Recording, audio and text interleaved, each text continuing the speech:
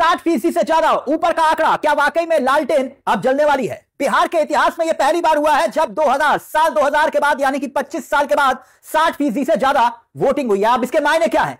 पिछली बार यह आंकड़ा जो था उससे 7% ज्यादा वोट पड़े हैं पहले चरण में।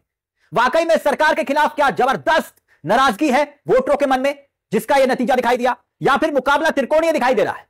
क्या वाकई में लालटेन जल रही है, कमल मुरझा रहा है और चिराग बुझ रहा है और तीर आसमान में चल रहा है? पहले चरण में जो वोटिंग हुई है 121 सीटों पर वोटिंग हुई है। बिहार की 121 सीटों पर पहले चरण में मतदान हुए और पहले चरण में कुल मिलाकर 1314 उम्मीदवार चुनावी रण में थे। 1314। और इतना ही नहीं, 45,361 मतदान केंद्रों पर यह वोटिंग हुई। 4 लाख से ज्यादा मतदान कर्मी तैनात किए गए थे। पोलिंग एजेंट से 65,481 के आसपास। एक एक आंकड़े को अब हम आपके सामने रखेंगे। अब याद रखिएगा, दूसरे चरण की वोटिंग 11 नवंबर को होनी है और उससे पहले ये आंकड़े सामने आए हैं बंपर वोटिंग के। 14 तारीख को अब नतीजा क्या होगा, इसको लेकर सवाल खड़े हो रहे हैं। मतदान बढ़ने के मायने क्या हैं?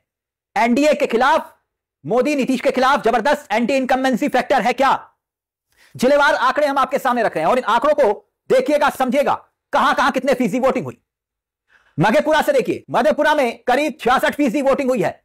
सहरसा में 63% के आसपास, दरभंगा में 59% के आसपास, मुजफ्फरपुर का आंकड़ा देखिए 66% के आसपास, गोपालगंज में 65% के आसपास, सिवान में करीब 58% के आसपास, सारण में करीब 61%, वैशाली में यह आंकड़ा दिखाई दे रहा है 60% के आसपास, समस्तीपुर करीब 66-67% के आसपास, बेगूसराय यहां भी 66%, खगड़िया 61%, मुंगेर करीब 55% के आसपास, लखीसराय यहां पर 63% के आसपास, शेखपुरा यहां 53%, नालंदा 58% के आसपास, पटना में भी 56% के आसपास वोटिंग हुई है और बक्सर में भी 56% के आसपास वोट पड़े हैं।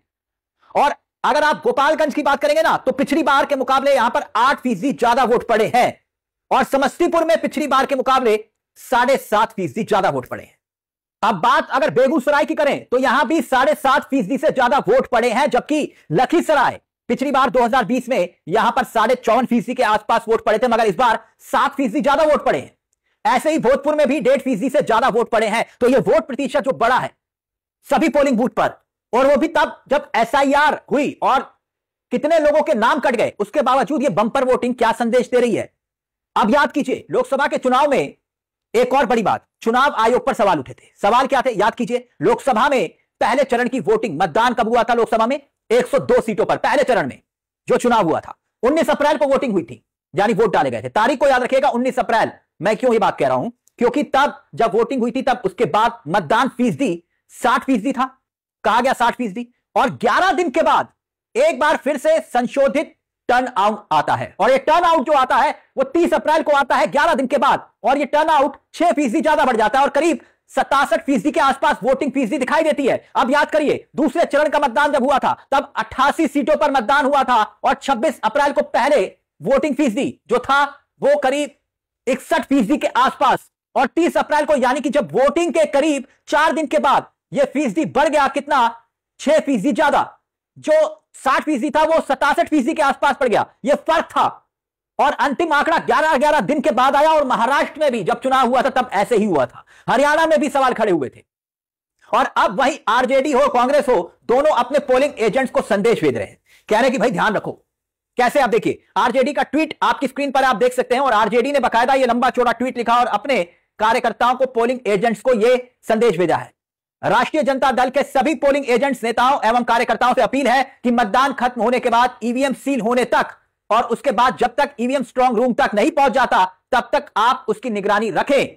और आगे क्या लिखा है देखिए, मतदान खत्म होने के बाद जिस गाड़ी पर ईवीएम स्ट्रांग रूम जाता है, आप लोग उस गाड़ी के पीछे पीछे जाकर स्ट्रांग रूम तक छोड़कर आए।